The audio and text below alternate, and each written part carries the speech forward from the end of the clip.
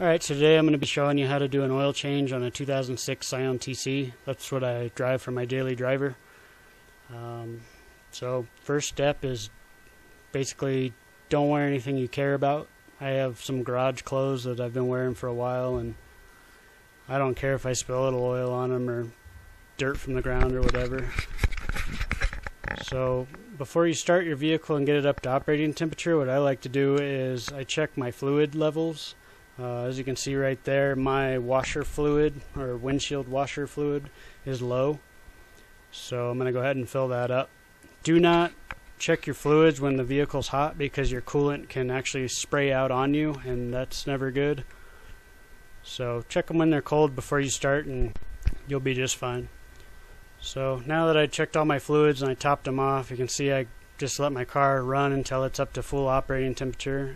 It's good, and it's usually faster if you just drive around the block real quick. But that's your choice, whatever you want to do. So first thing I like to do is chock the rear tires. My car is lowered and I have to raise it up pretty high to get under it, so I definitely don't want it rolling away while I'm under it.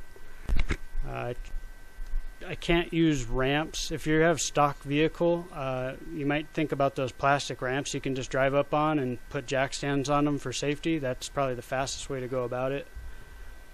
I'm wearing rubber gloves here.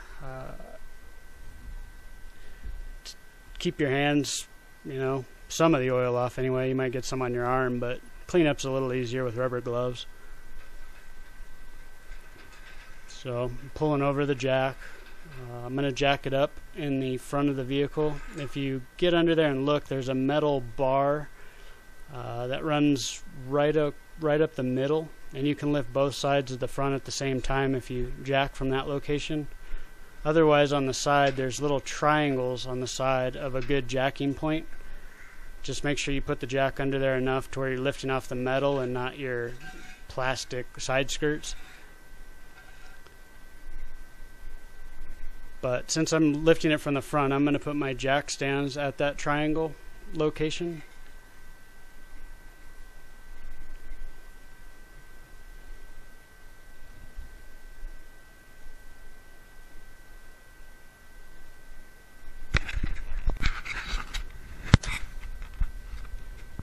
Okay, so right here I'm trying to show you the metal point that I jack off of.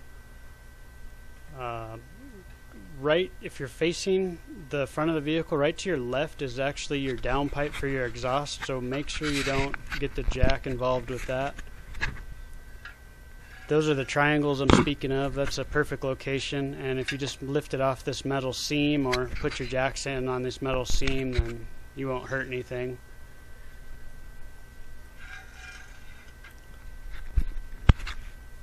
I had to go ahead and jack it up a little higher to fit this jack stand under there.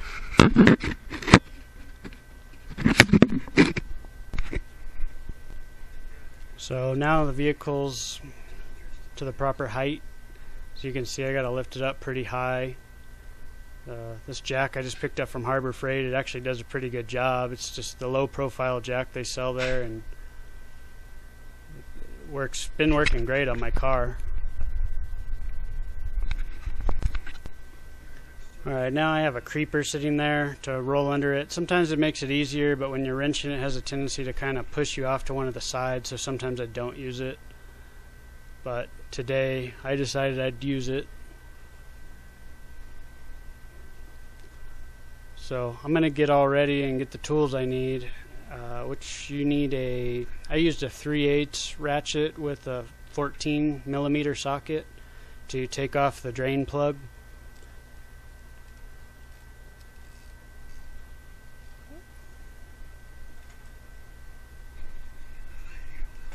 So I'm crawling on the creeper, and as you can see, it's kind of awkward the way my garage has like a step there. It's, I don't know, more trouble than it's worth probably. So now I'm going under there to find the oil pan, which the light's shining on right there. That's your oil pan. That's what you're looking for. It's got those like ribs in it.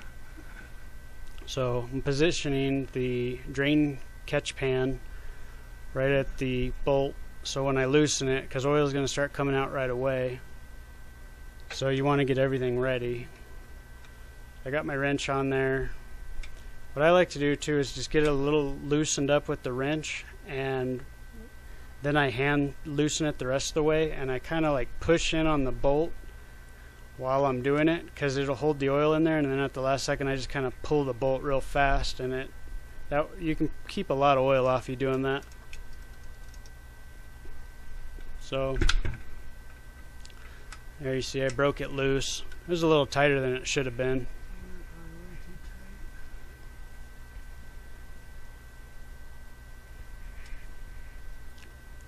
So like I said, I'm just using my hand to loosen it, but I'm kind of pushing in on it at the same time to where when I feel it, and then I'll just pull it all at once, and then as you can see, I didn't get that much oil on me, just a little bit from the drain plug.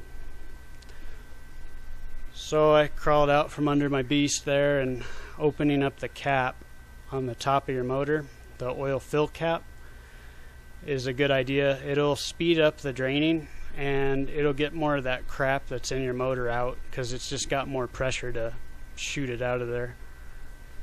So that's draining good. If you're a drinker, now's a good time to go grab a beer.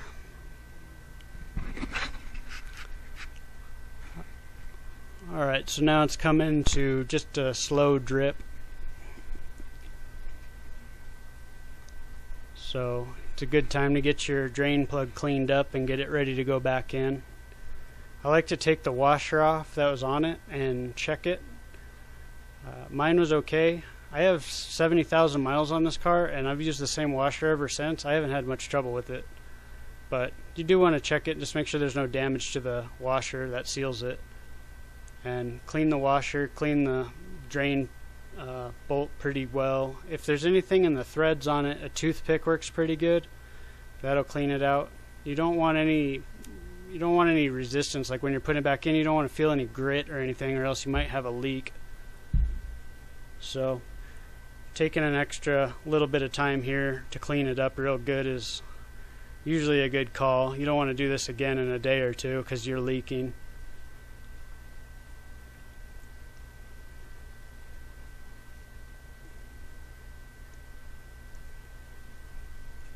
So as you can see, this video I basically did almost real time. I know it's kind of long, but I wanted, a total beginner to see really like the whole process. So I got it all cleaned up. So now I'm gonna crawl under there, and what I'll do first is I take a paper towel and I'll clean up around the hole in the oil pan. I'll clean all the excess oil. That's what I'm doing right there.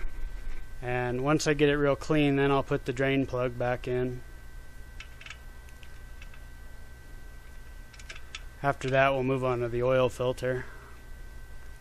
So just getting it cleaned up there. I'm screwing it in. If you got a torque wrench, you can torque it, which I do, but I usually don't bother on this. So what I do is I just hand tighten it all the way, as tight as I can get it with my hand, and then I usually just tighten it with the ratchet between about a quarter and a half a turn of the bolt, and that's usually about right for me. You're better to err on the side of a little too loose than over tightening it though. So if you just kind of do it a little too loose and you have a slow drip, and then you give it like maybe a quarter of a turn crank to stop that drip, you're better off than screwing up the threads. So err on the side of too loose if you're unsure.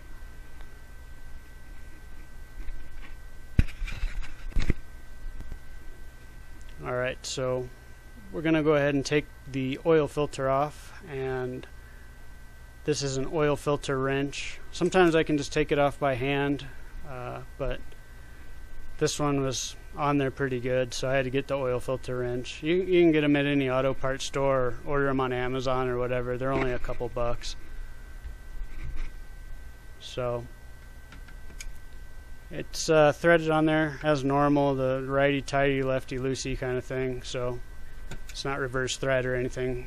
So just grab it and give it a little crank.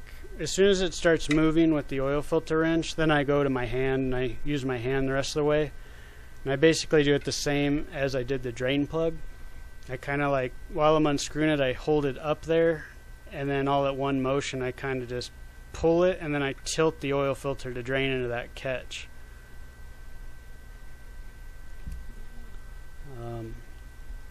After that, there's not really much that drains out of your, like, the oil filter area, so as soon as you drain the oil filter, you can just start getting your new filter ready.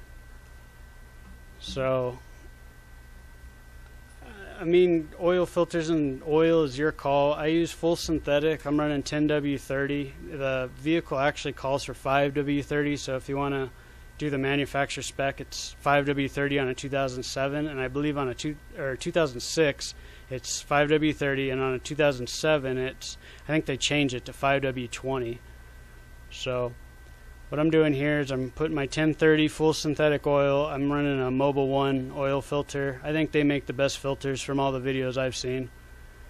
So what I'm doing is I'm filling it up with oil a little bit, and then get some of that oil on your hands and rub it around that rubber gasket. When you install it, the oil on the rubber gasket will help the gasket from getting stuck and giving you a leak.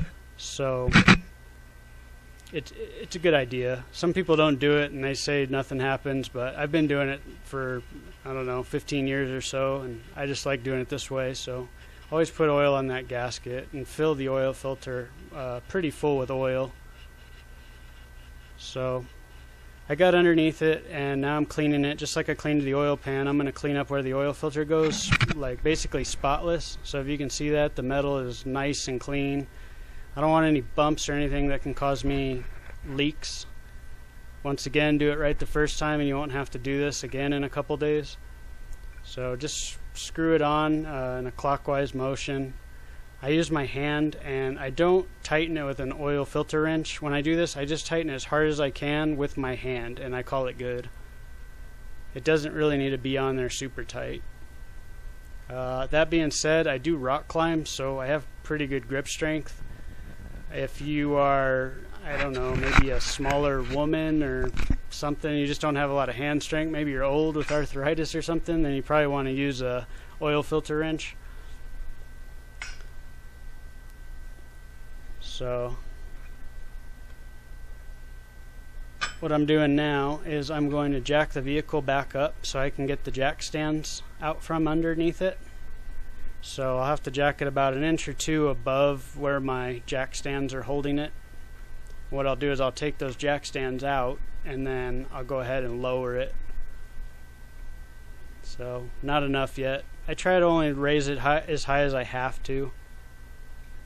The higher you go, the more unstable a vehicle gets.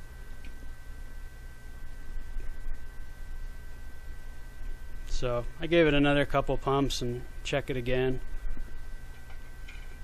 So I took out the jack stand, and now I got to take out the jack stand on the other side.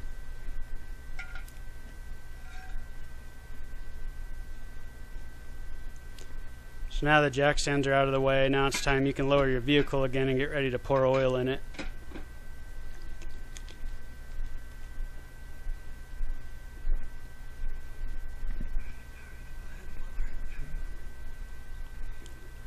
To lower my jack, you just kind of twist the handle and it lowers it. I try to go pretty slow. It's not a race, so just getting it back down to the ground safe is the main thing.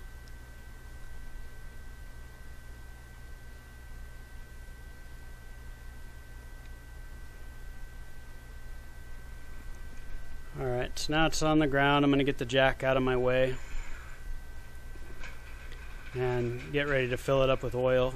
The manual, I believe, calls for 4.5 quarts of oil, so I usually just buy like the 5-quart jugs from Walmart. Usually is the cheapest place I can get it. If you go to the auto parts store, it's going to cost you a little more. I use Mobil 1 oil filters, and the cheapest place I found them is on Amazon. So a couple days prior, I just ordered them from Amazon. I think I pick them up for about 11 bucks. If you got to go to your auto parts store and buy one, if you have a Napa near you, the Napa Gold filters are basically wicks, and that's a pretty good filter to get local. I would try to stay away from Fram. Like the regular like low end Fram is kind of questionable. I'd use STP or anything over that basically, but I mean for $1 or $2 more you can run a Napa and get a Napa Gold filter, and that's much better. Or order a Mobile One. I think the Napa Golds and the Mobile One are probably pretty similar. I've heard that the Mobile Ones run a little better for synthetic, so that's why I use them. So what I'm doing here is I'm cleaning up the oil cap, getting all the threads cleaned on it, and just getting it ready for when I put it back in.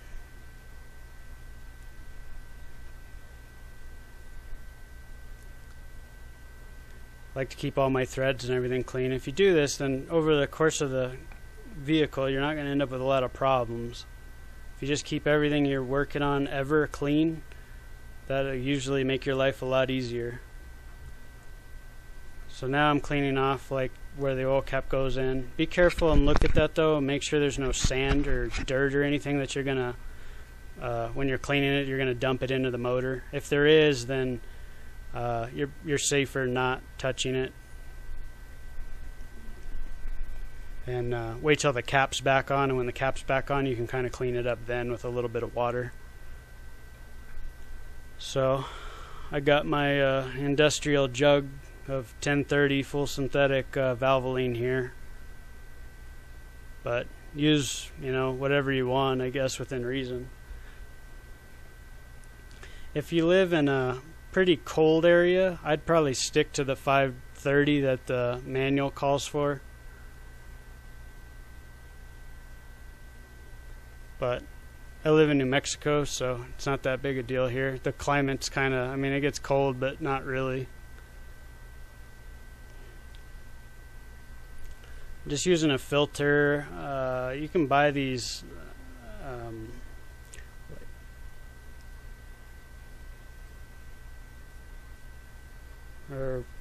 funnel, I guess is a better word. You can buy the funnels from wherever, but you can buy a whole bushel of them from Harbor Freight. If you just want to use it a couple, 2-3 times and trash it, that's the way to do it. Because usually you can go to Harbor Freight during a sale and buy like 5 or 6 of them for like $1 or $2. So now that I've poured about 4 quarts in it, that's when I start checking. What you want to do is clean off your dipstick all the way. Make sure it's nice and clean, so you're registering just your new oil, which I was trying to show there that I still had about 1.5 quarts in the bottle. So I'm going to pour down a little bit to where I have 4 quarts in there and go from there. Sometimes after you're done too, in like a day or two, it's a good idea to check your oil level, because after your motor runs a little bit, the level might show a little low, so you might have to put about 1/4 quart back in it after about a day or two of driving. But for now, you're just trying to get it to the full line. So that full synthetic's kind of hard to see, but if you turn the dipstick a little sideways and hit it right in the light, then you'll kind of see where your level is on the dipstick. So I was a little low, and I'm going to add about 1/4 quart there.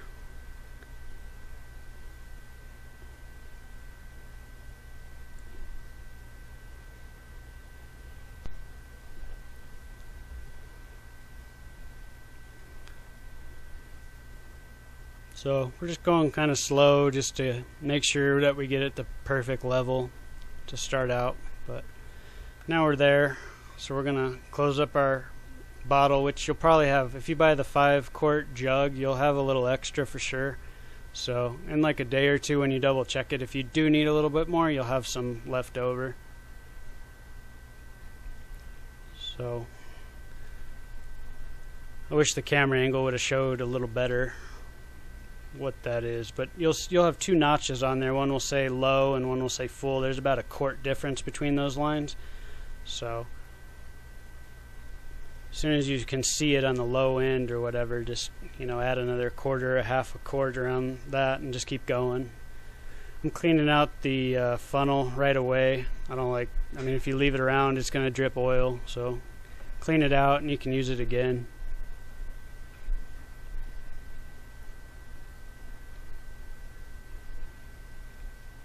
Now it's time to put the cap back in. And after I put this cap back in, I like to double check and think things through in my head and make sure that I put the oil filter on. I filled it with oil. I checked the drain plug, and that's definitely back in. I look under, make sure there's no leaks immediately dripping before I start it. So now everything checked out, so I'm going to go ahead and start it up.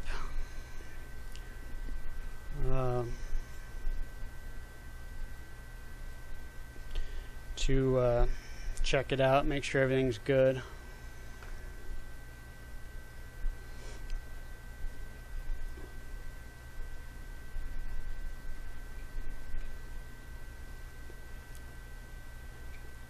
So now I had the motor running a little while, so now I'm going to check the oil again.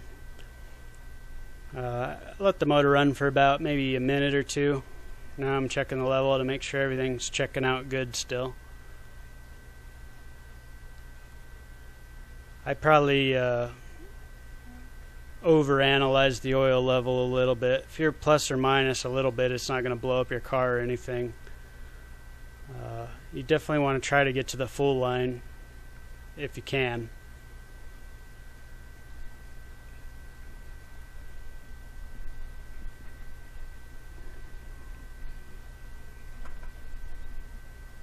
So everything checked out, so I'm closing my hood, and now's a good time to remember that you have wheel chocks in the back there. If you forget those and try to back up, it's going to be an issue. So make sure you take those out first. So now what I got to do is I got to set it's like the maintenance light or whatever. I'm getting rid of that. So what you do is you just hold down your odometer. Alright, so the easiest way to reset it is turn your car off and hold in the odometer button, and then go ahead and turn the key on, and you'll see 5 bars there. And what you want to do is wait till those all go away, and that'll reset it for 5,000 miles for an oil change.